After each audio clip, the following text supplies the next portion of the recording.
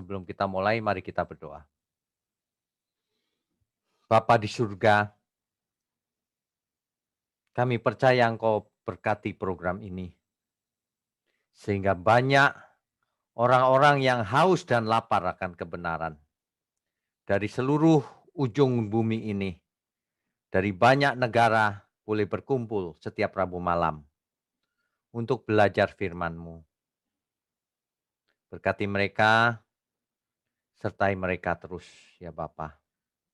Sampai kami semua sampai ke langit yang baru dan bumi yang baru. Surga kekal bersama Tuhan Yesus. Terima kasih Bapa, hanya di dalam nama Tuhan Yesus kami berdoa dan mengucap syukur. Amin. Oke, Bapak Ibu sekalian, eh, malam ini topiknya kita memasuki di babak baru, yaitu eh, Kejadian pasal 11 di sesi akhir, kemudian masuk ke pasal 12, dan itu memasuki babak di mana zaman bapak-bapak leluhur atau disebut patriark dimulai, yaitu dengan pemanggilan Abraham. Abraham dipanggil Tuhan. Nah, inilah kisahnya. Di samping itu ingat, kalau kita belajar itu bukan cuma kisahnya bagaimana atau mengertinya bagaimana, tetapi ingat kita belajar supaya kita berubah, supaya apa yang kita pelajari berdampak dalam hidup kita, implikasinya jelas, prakteknya jelas, gitu ya, Bapak Ibu sekalian. Kita akan share. Bapak Ibu sekalian, malam ini adalah sesi 24. Abraham, kita memasuki zamannya Abraham. Awal panggilan.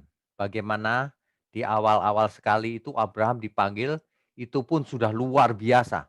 Nanti kita akan lihat. Ada hal-hal yang seringkali terlewatkan karena ada yang hilang dalam proses penerjemahan. Inilah yang kita akan lihat pada malam ini. Oke, kita lanjutkan. Bapak Ibu sekalian, peta ini adalah peta Timur Tengah, di mana sebentar saya highlight-nya saya keluarkan. Di mana di sini ada Teluk Persia, kemudian letaknya Ur Kasdim. Ini dia Ur Kasdim. Adalah tempat kelahiran Abraham. Ya. Tempat kelahiran Abraham adalah Ur Kasdim. Nah, ini adalah Sungai Tigris. Masih ingat Sungai Tigris? Adam di Eden mengalir tuh Sungai Tigris.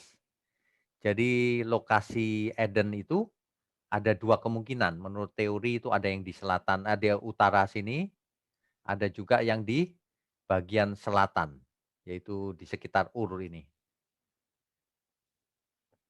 Itu letak Eden. Di sini kita lihat mengalir Sungai Efrat yang ada di Eden itu ya. Nah, daerah ini sangat subur. Inilah daerah subur. Di utara itu daerahnya subur, pegunungan dan subur. Sedangkan di selatan itu gurun, padang gurun. Tentu saja padang gurun tidak subur, ya. Nanti kita akan lihat bagaimana Abraham selama hidupnya itu mengelilingi daerah-daerah subur ini yang disebut dengan Fertile Crescent.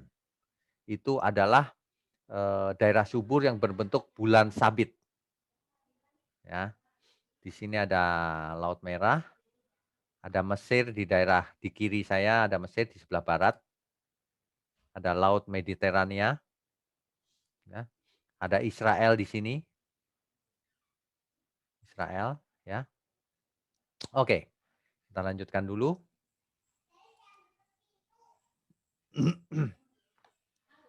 Ini adalah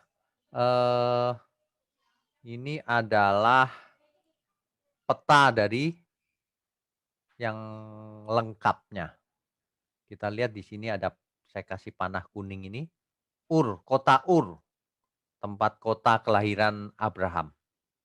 Ya, di sekitar situ ada daerah Sumer, Akkad, Babylon. Ini disebut daerahnya Mesopotamia di zaman dulu.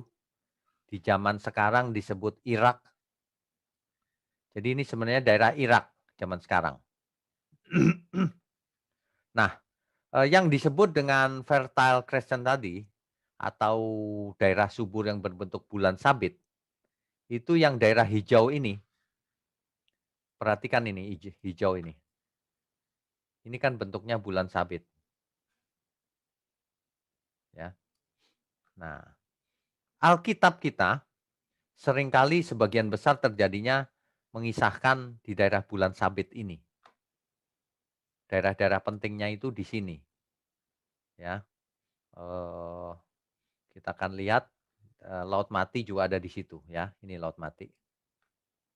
Sebenarnya bulan sabit ini termasuk ke sebagian Mesir karena ada Sungai Nil di sana. Tentu saja subur. Nah, ini adalah daerah-daerah yang penting. Nah, jadi, oh ya, ini daerah kota kelahiran Abraham tadi, Ur. Jadi nanti kita akan lihat bagaimana Abraham berjalan dari Ur, keluar dari Ur Kasdim, menuju Haran, lalu mengitari eh, ini, mengitari daerah yang disebut dengan bulan sabit tadi, daerah subur bulan sabit, sampai ke Mesir nanti. Ini perjalanannya Abraham. Ya, kita lanjutkan dahulu. Nah, mari kita buka Alkitab kita sebagai kelanjutan pembacaan Alkitab kita. Kejadian pasal 11 ayat 27. Inilah keturunan Terah. Terah memperanakkan Abram. Waktu itu namanya belum Abraham, tapi Abram ya. Nahor dan Haran. Dan Haran memperanakkan Lot. Ini yang saya beri kotak-kotak biru ini, Terah. Ya, perlu Bapak Ibu perhatikan. Kalau Terah ini kita urut silsilahnya ke atas, maka Terah ini adalah keturunan dari Sem. Yang disebut dengan anak Allah, masih ingat? Sem. Sem kalau diurutkan sampai ke Adam. Inilah garis keturunan Mesias. Nantinya akan sampai kepada Mesias. Garis keturunan inilah yang mengemban janji-janji Tuhan akan berkat bagi seluruh manusia. Janji akan ditepatinya nubuatan yang dalam Kejadian 3 ayat 15. Proto euangelion. Ya. Nah, Terah punya anak Abram, Nahor, dan Haran. Ya. Itu 11 ayat 27. Sedangkan Haran mempunyai anak Lot, salah satunya. Nah, Lot ini jadi adalah keponakan dari Abraham, keponakannya. Ya. Oke, itu. Kemudian ayat 28. Kita baca di sana ketika Terah ayahnya masih hidup, matilah Haran di negeri kelahirannya di Ur Kasdim. Haran mati ketika Terah masih hidup, matinya di Ur Kasdim. Ya, ini. Ini saya sudah tulis di layar ini. Bapak Ibu kalau belajar dengan cara ini lebih enak melihatnya ya. Ayat 29. Abram dan Nahor kedua-duanya kawin. Jadi Abram kawin, Nahor juga kawin. Nama istri Abram adalah Sarai. Sarai inilah yang kemudian akan berubah menjadi Sarah namanya. Sarai. Ya. Sarai itu mandul tidak mempunyai anak. Kejadian 11 ayat 30 itu. Jadi Sarah itu memang mandul dari awal sudah dikisahkan. Oke. Ayat 31, nah ini mulai penting. Ayat 31-nya di situ dikisahkan bahwa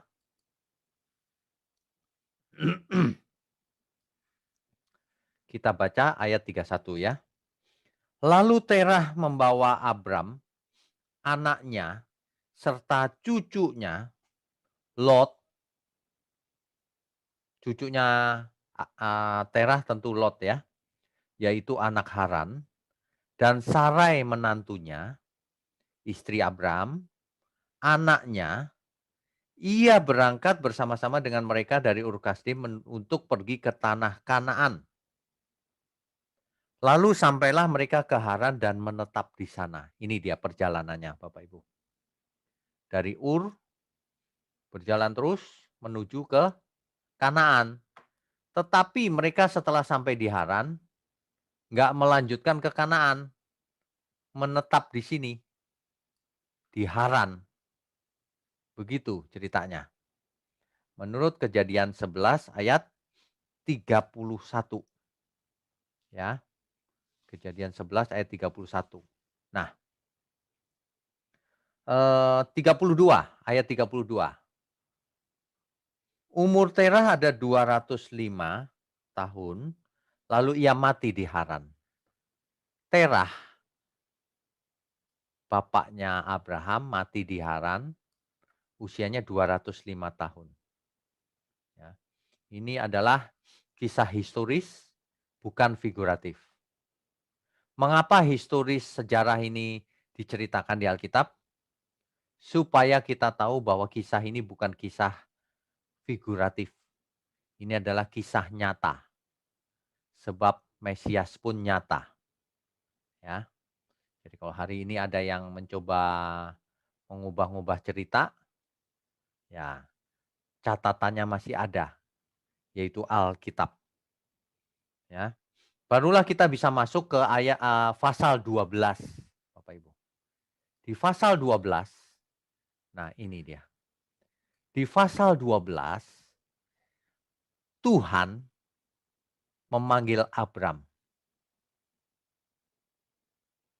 Tuhan di sini huruf besar, ingat, dibaca Adonai dalam bahasa Ibraninya. Dalam bahasa Ibrani tulisannya adalah Yud He Vav He. Ya, oke. Ada 3 ayat yang penting di awal pasal 12 ini. Coba kita baca ya. Kejadian 12 ayat 1. Berfirmanlah Tuhan kepada Abram, pergilah dari negerimu dan dari sanak saudaramu dan dari rumah bapamu. Ini ke negeri yang akan kutunjukkan kepadamu. Ayat 1, ini ayat 1. Ada 3 poin penting yang Tuhan berfirman, Tuhan perintahkan kepada Abram. Abram disuruh keluar dari negerinya. Negeri mana yang dimaksud? Tentu saja Haran. Karena Abram sudah sampai di Haran dan menetap di sana. Lalu firman Tuhan kepada Abram, pergi. Ingat, dahulu Terah yang membawa Abram ke Haran. Menuju Kanaan tapi berhenti di Haran dan menetap lalu mati di sana Haran, Terah. Nah, Tuhan berfirman kepada Abram supaya meneruskan perjalanan ke Kanaan. Pergi dari negerimu, sanak saudara, rumah bapamu, ke negeri yang akan kutunjukkan kepadamu. Jadi sebenarnya Abram tidak tahu tujuannya. Di mana itu? Karena Abram belum pernah ke Kanaan. Ya, belum pernah ke Kanaan. Tapi Abraham nurut. Ini luar biasanya Abram. Apapun yang diperintahkan Tuhan, Abram nurut. Ya. Ayat 2. Aku akan membuat engkau menjadi bangsa yang besar. Jadi yang pertama, Tuhan akan membuat Abram menjadi bangsa yang besar. Tentu saja keturunannya menjadi bangsa yang besar. Tuhan akan memberkati bangsa itu dan membuat namanya masyhur dan menjadi berkat. Hari ini, Bapak Ibu kalau ingat hari ini, nama Abram selalu dikaitkan dengan iman. Nama Abram selalu dikaitkan dengan Elohim yang benar, Allah yang benar. Ya, kita sering membaca di Alkitab, Allahnya Abraham, Allahnya Ishak, Allahnya Yakub. Jadi nama Abram menjadi sangat terkenal sampai hari ini dan tentu sampai selama-lamanya. Ya, Abram disuruh meninggalkan negerinya, sanak saudaranya, dan rumah bapaknya. Lalu, tapi Tuhan berjanji akan menjadikan keturunannya adalah bangsa yang besar. Tuhan akan memberkati dan namanya akan masyhur dan menjadi berkat. Ya, itu janji Tuhan kepada Abraham. Ayat yang ketiga. Aku akan memberkati orang yang memberkati engkau. Kata firman Tuhan. Tuhan luar biasa loh.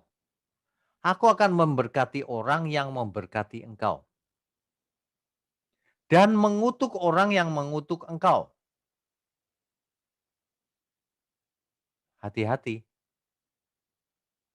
Banyak manusia tidak teliti ketika membaca ayat ini. Inilah Tuhan kita yang tidak berubah dari dahulu, sekarang, sampai selama-lamanya. Ia membela orang-orang yang ada dalam garis keselamatan. Yang ada dalam pekerjaan Tuhan. Aku akan memberkati orang yang memberkati engkau, Abraham contohnya. Dan mengutuk orang yang mengutuk engkau. Dan semua kaum di bumi akan mendapat berkat. Nah, khusus ayat 3 ini, kita akan bahas detailnya. Sebab kalau kita membaca bahasa Indonesianya saja, ada sesuatu yang hilang. Terjemahan ini tentu saja tidak salah. Tetapi seperti biasa, dalam proses penerjemahan itu ada suasana yang hilang. Lost in translation. Ya. Pada kesempatan ini, kalau Bapak Ibu mendengar, Bapak Ibu beruntung. Ini, yang saya maksud adalah ini.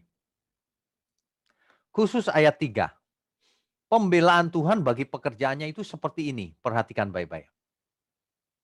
Aku akan memberkati orang yang memberkati engkau.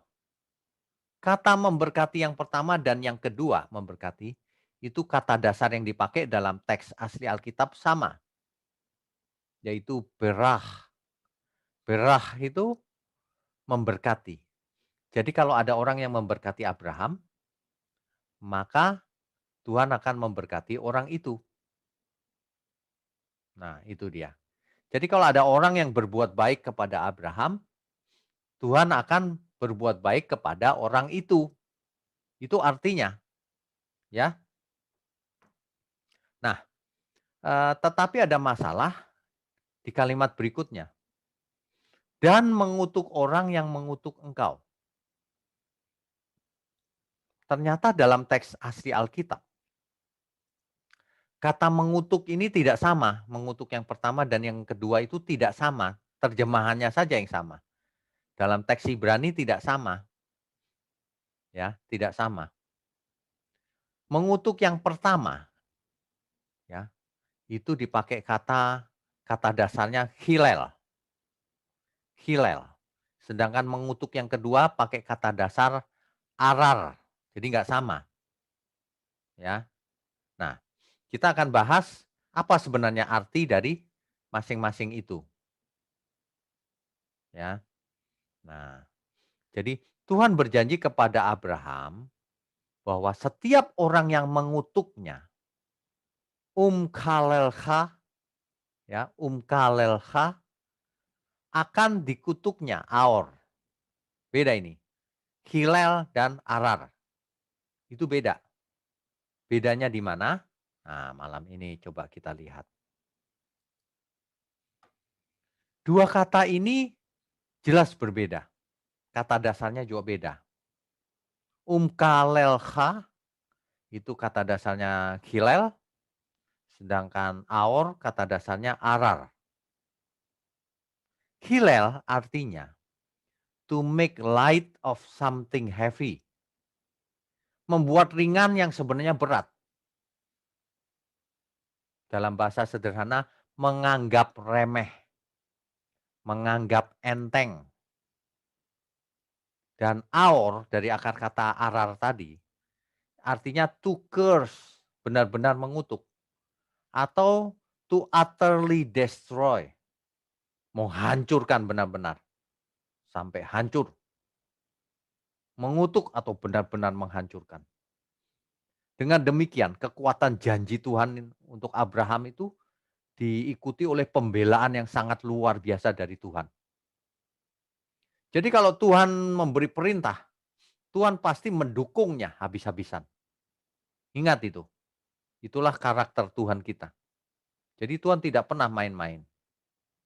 Jadi sebenarnya kalau mau diterjemahkan dalam bahasa yang lebih mudah dimengerti, bisa diterjemahkan demikian. Aku akan memberkati siapa saja yang memberkati engkau. Dan menghancurkan atau mengutuk orang yang menganggap remeh atau enteng. Atau menghina atau tidak hormat kepadamu. Hebat sekali ya. Jadi kalau orang belum mengutuk kita, anggap enteng saja, sudah dihabiskan sama Tuhan, dihancurkan, dikutuk sama Tuhan.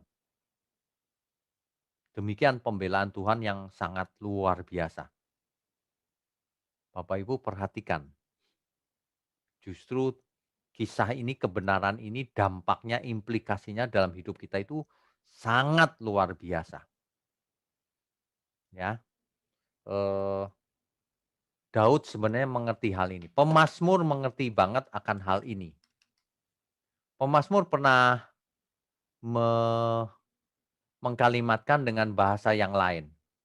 Ya, coba kita baca, ada nggak ya? Mazmur 105 ayatnya yang ke-15. Coba kita baca Mazmur 105 ayatnya yang ke-15. Dicatat Bapak Ibu karena tidak ada di slide ya. Jangan mengusik orang-orang yang kuurapi. Ini firman Tuhan loh. Jangan mengganggu orang-orang yang kuurapi. Dan jangan berbuat jahat kepada nabi-nabiku. Jangan mengusik, jangan mengganggu, jangan berbuat jahat kepada orang-orang yang kupakai, kira-kira begitu dalam bahasa sederhananya. Ini berlaku sampai kapanpun. Tuhan serius. Apa implikasinya dalam hidup kita? Kalau Tuhan sangat serius bagi proyek keselamatan umat manusia, apa implikasinya dalam hidup kita?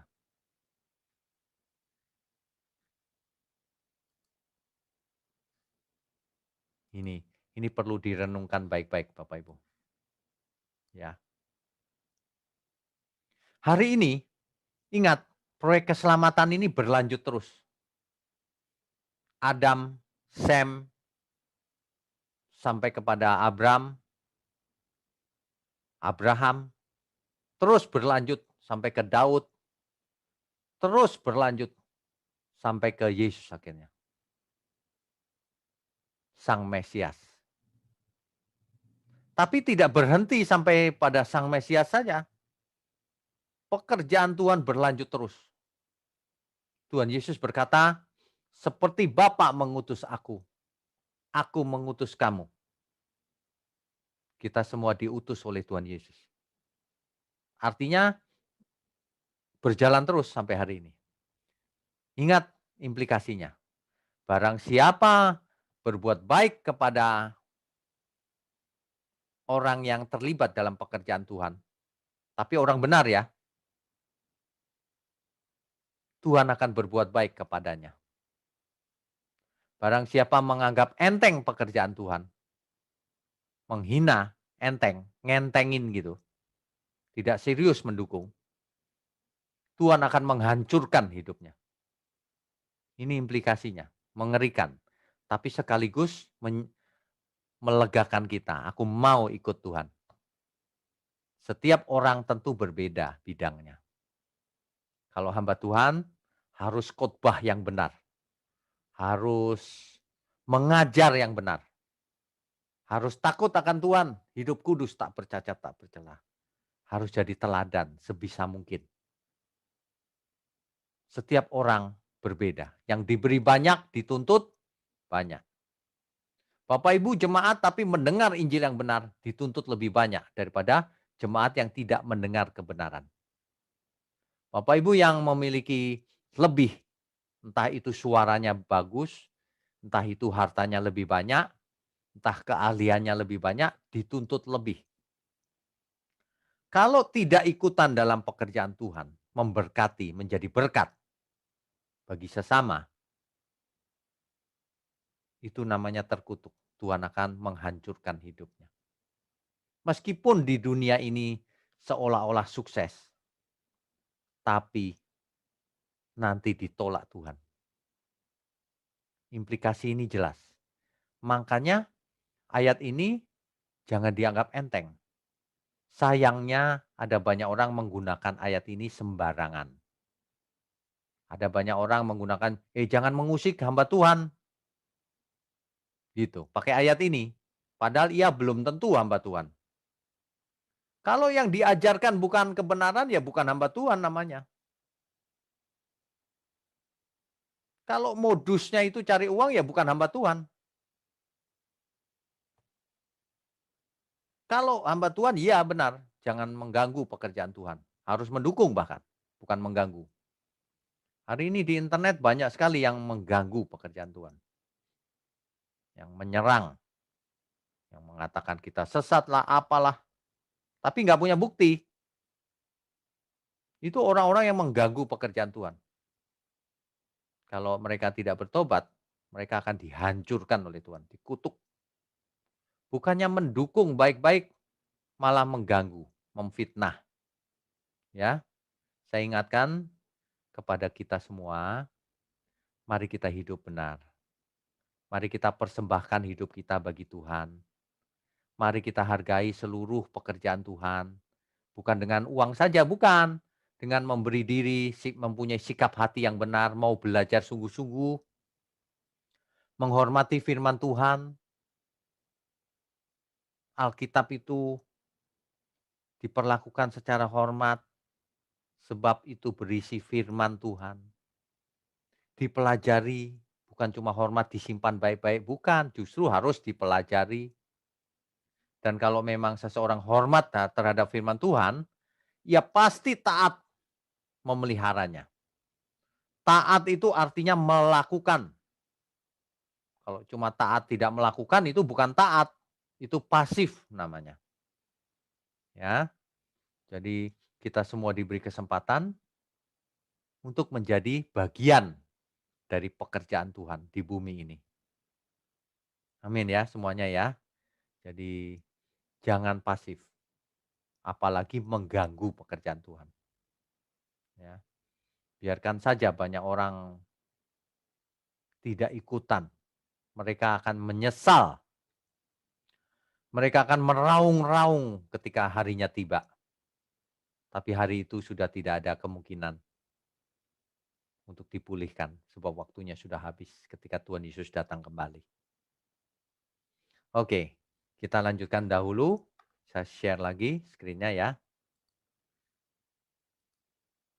Ya. Jadi Tuhan sangat serius bagi proyek keselamatan umat manusia, bagi pekerjaannya, yaitu menghancurkan pekerjaan iblis, menyelamatkan umat manusia. Kalau kita diutus oleh Tuhan Yesus, ya, itu kita beruntung. Jangan merasa dibebani, kok aku harus berjuang susah sekali ya. Tidak, itu beruntung. Kalau orang dibiarkan itu bahaya, ya. Nah, Bapak Ibu kalau belajar kebenaran, fokusnya jangan terlalu sempit. Kalau kita belajar Abraham saja, tapi tanpa ada dampaknya dalam hidup kita, kurang. Nah, kalau kita tahu kebenaran ini, prinsip ini, maka kita nggak berani main-main dengan pekerjaan Tuhan. Maka kita akan serius mendukung pekerjaan Tuhan. Maka kita akan serius melakukan pekerjaan Tuhan dalam bidang kita masing-masing.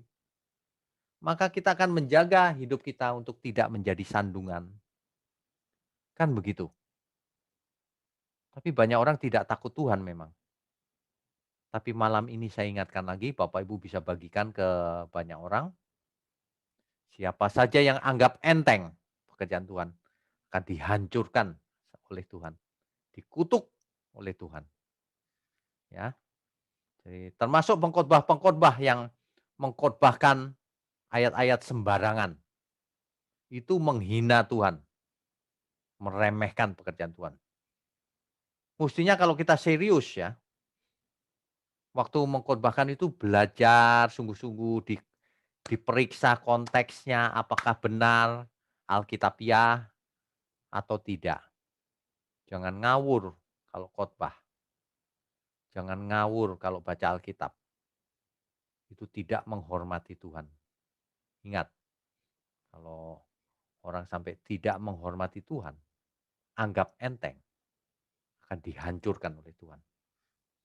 Oke, kita lanjutkan.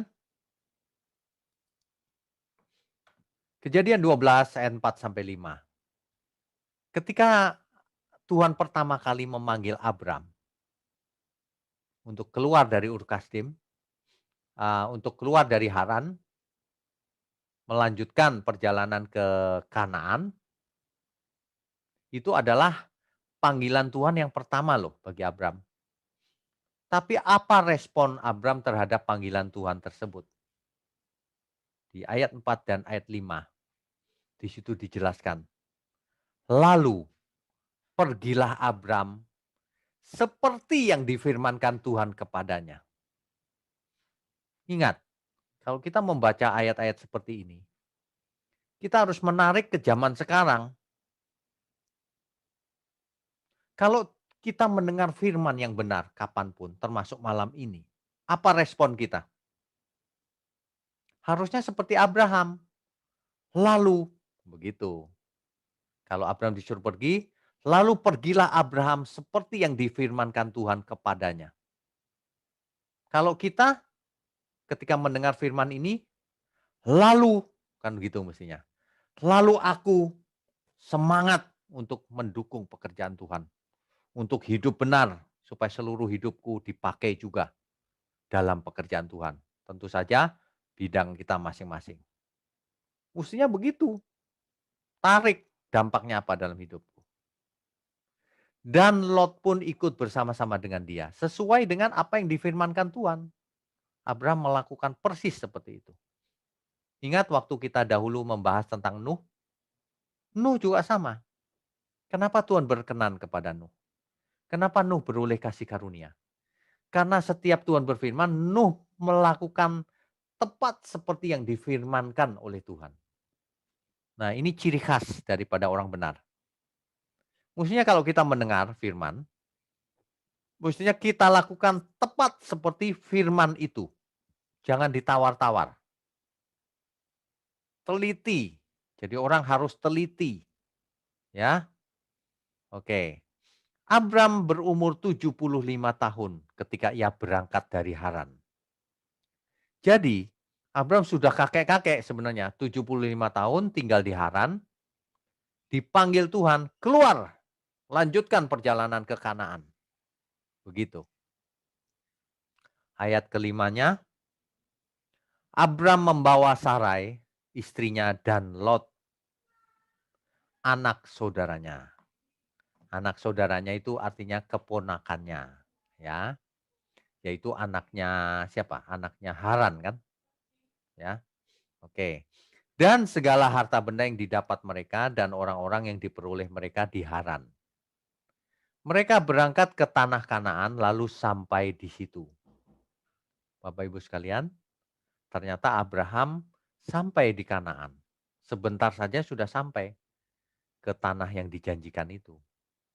Ya, ini banyak orang tidak mengerti. Orang berpikir tidak sampai. Sampai, tidak lama sampai. Kalau kita lihat petanya ini tidak terlalu jauh, ya, tidak terlalu jauh. Lalu sampai di situ kata Alkitab ayat 5-nya.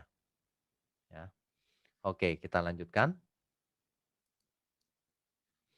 Ayat 6 sampai 9. Ayat 6-nya, Abram berjalan melalui negeri itu sampai ke suatu tempat dekat Sikhem. Ini dia. Sampai ke Sikhem. Yakni pohon tarbantin di More. Di situ. Waktu itu orang Kanaan diam di negeri itu. Sudah ada orang Kanaan. Ya, sudah ada orang Kanaan. Ayat ke-7. Ketika itu Tuhan menampakkan diri kepada Abram dan berfirman. Ini kedua kalinya Tuhan menampakkan diri dan berfirman kepada Abram. Firman Tuhan demikian. Aku akan memberikan negeri ini kepada keturunanmu. Padahal di situ sudah ada orang Kanaan, tapi Tuhan memberikannya kepada keturunan Abram. Bukan kepada Abram, kepada keturunanmu. Ingat baik-baik itu. Ya. Maka responnya Abram bagaimana? Selalu Abram merespon. Tuhan berkata, negeri ini akan kuberikan kepada keturunanmu Abram. Abram lalu langsung, maka didirikannya di situ mezbah bagi Tuhan. Yang telah menampakkan diri kepadanya. Ya. Jadi Abram meresponi janji Tuhan atau pemberian Tuhan. Itu ayatnya yang ke-7. Ayatnya ke-8 kita selesaikan dulu ya. Ayat ke-8. Kemudian ia pindah dari situ ke pegunungan di sebelah timur Betel. Ini dia, Bapak Ibu. Maaf kecoret. Ini dia. Ya. Ke pegunungan di sebelah timur Betel. Ia memasang kemahnya dengan Betel di sebelah barat dan Ai di sebelah timur. Jadi kemah itu ada di antara Betel dan Ai. Jadi di sini kira-kira. Lalu ia mendirikan di situ mezbah bagi Tuhan dan memanggil nama Tuhan. Dan memanggil Adonai. Yud-he Vav-he. Yud-he Waw-he. Ya. Oke. Ayat 9-nya, sesudah itu Abram berangkat dan makin jauh. Ia berjalan ke tanah Negeb. Bapak Ibu sekalian, ini adalah kisah awal dari panggilan Tuhan kepada Abram. Mestinya kita belajar banyak ya dengan topik kita malam ini. Ada beberapa hal penting yang kita pelajari. Abram itu dipilih Tuhan, padahal Abram belum mengenal Tuhan. Terah ayahnya itu tidak tahu agamanya apa. Ya. Tapi Abram dipanggil Tuhan. Terah memutuskan, entah kenapa Terah memutuskan untuk keluar dari Ur Kasdim. Padahal Ur Kasdim itu kota metropolitan. Dan Terah tentu kaya. Mengapa Terah punya ide untuk pergi ke Kanaan? Ini tanda tanya. Tapi 2/3 perjalanan, sudah dekat itu, Terah mampir di Haran dan menetap di sana, nggak melanjutkan perjalanan. Akhirnya Terah mati di sana ketika umurnya 75 tahun. Nah, Lalu firman Tuhan mulai memanggil Abraham. Abram, keluar dari negeri itu, tinggalkan sanak saudaramu, ya, pergi ke negeri yang akan kutujukan kepadamu. Nah, lalu Abram, perhatikan, Allah berjanji, Tuhan berjanji ke negeri yang akan kutunjukkan kepadamu. Artinya belum ditunjukkan, tapi Abram meresponinya dengan langsung. Maka Abram pergi ke negeri yang ia tidak tahu. Jadi kalau Tuhan perintahkan kita apapun, meskipun kita belum tahu, kita harus meresponi seperti Abram. Itu pelajarannya. Tidak lama kemudian sampailah Abram di Kanaan. Padahal di situ sudah ada orang Kanaan. Nah, kembali firman Tuhan yang kedua kali. Abram, tanah ini akan kuberikan kepada keturunanmu. Ingat, yang teliti kalau baca, kepada keturunan Abram. Bukan kepada Abram ya, keturunan Abram. Nah, nah, jadi banyak orang mempunyai persepsi yang tidak lengkap karena tidak baca sendiri. Mereka berpikir Abraham belum sampai ke tanah perjanjian. Sampai, sebentar saja sudah sampai ke Kanaan. Tapi bagaimana respon Abraham, itulah yang akan kita pelajari terus di pertemuan mendatang. Ya, tetapi yang jelas ada hal yang sangat-sangat penting.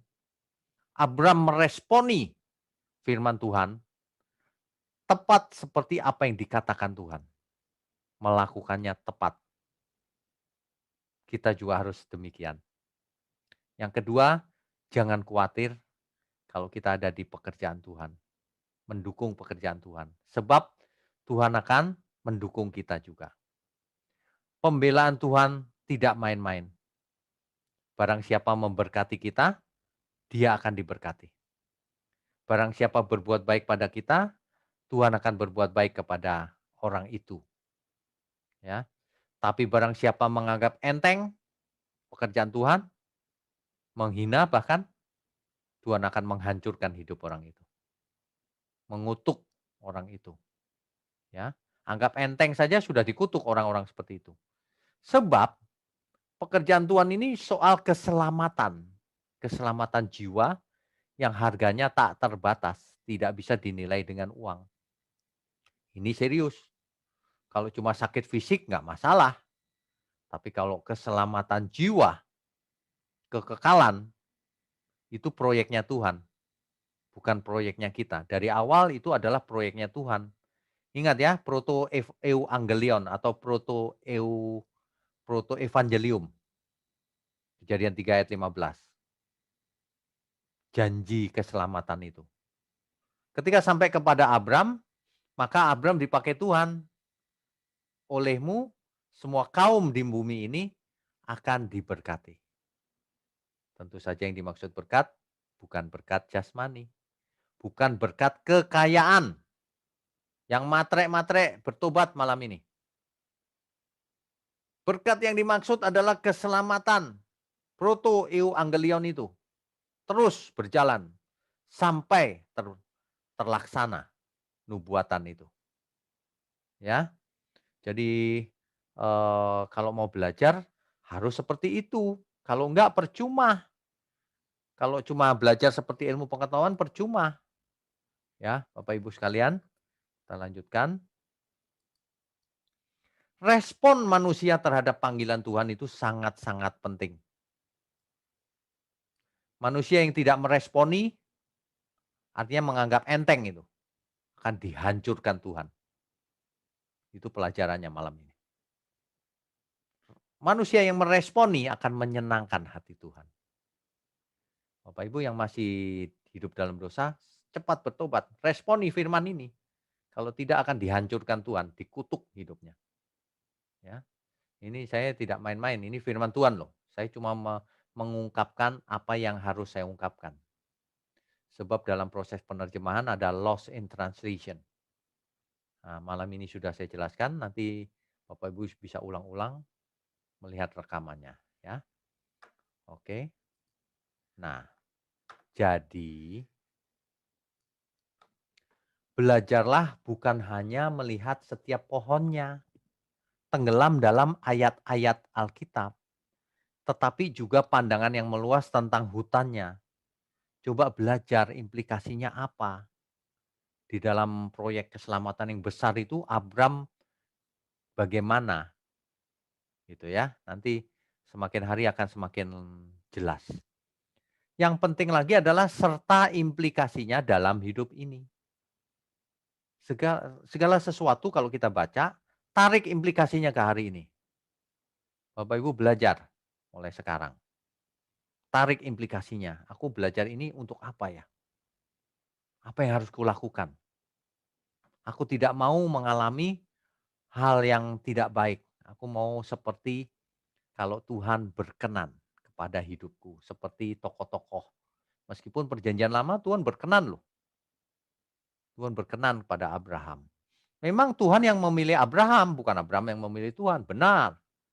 Tuhan yang menganugerahkan kepada Abraham. Iya benar.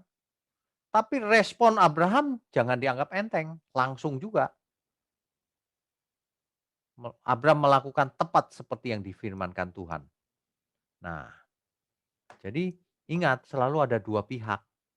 Nanti akan kita lihat. Kalimatnya itu eksplisit loh. Tuhan lakukan bagian Tuhan, Abraham harus melakukan bagiannya. Tanpa respon, anugerah itu sia-sia.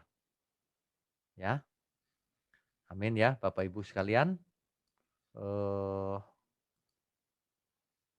Ya, jadi malam ini kita akan belajar poin-poin yang penting yang sudah kita pelajari ya. Dan itu sangat penting dampaknya. Kalau saya sih ngeri loh mendengar ayat tadi itu. Makanya saya tidak berani buat salah. Kalau mau khotbah, mau ngajar, belajar seharian penuh. Kalau saya mau membawakan contohnya malam ini, dari kemarin saya sudah periksa teks aslinya, saya sudah periksa banyak sumber, apakah ada yang ketinggalan, tapi saya juga melihat hutannya. Ibarat hutan dilihat dari atas, hutannya seperti apa. Supaya Bapak Ibu yang mendengar online Bible Study malam ini, dicerahkan pikirannya, diubahkan perasaannya, berubah keinginan-keinginannya, menjadi seperti yang Tuhan inginkan. Itulah yang diinginkan atau dikehendaki oleh Tuhan. Amin ya. Amin. Saudara sekalian, bicara soal kebenaran, setiap orang merasa benar. Makanya semua kecap dinomor satukan. Ada orang yang mengatakan saya paling benar, ini paling benar, itu paling benar. Mana sebenarnya yang paling benar? Oleh sebab itu, hadiri seminar 7 natur kebenaran dan aplikasinya. Seminar ini wajib dihadiri oleh para teolog, apologet, pengkhotbah, bahkan oleh para jemaat sendiri. Agar kita bisa membedakan manakah yang benar, manakah yang salah. Inilah alat uji kebenaran yang sangat objektif dan alkitabiah. Pastikan saudara ikut dan ajak seluruh saudara dan sahabat-sahabat. Bapak-bapak dan ibu-ibu yang terkasih dimanapun berada, yuk kita belajar pelajaran Alkitab bersama secara online setiap hari Rabu jam 7 malam bersama pendeta Bapak Wignio Tanto secara online, bisa melalui Zoom. Tetapi kita harus mendaftarkan dulu ke nomor berikut ini. Selamat bergabung dan Tuhan Yesus memberkati.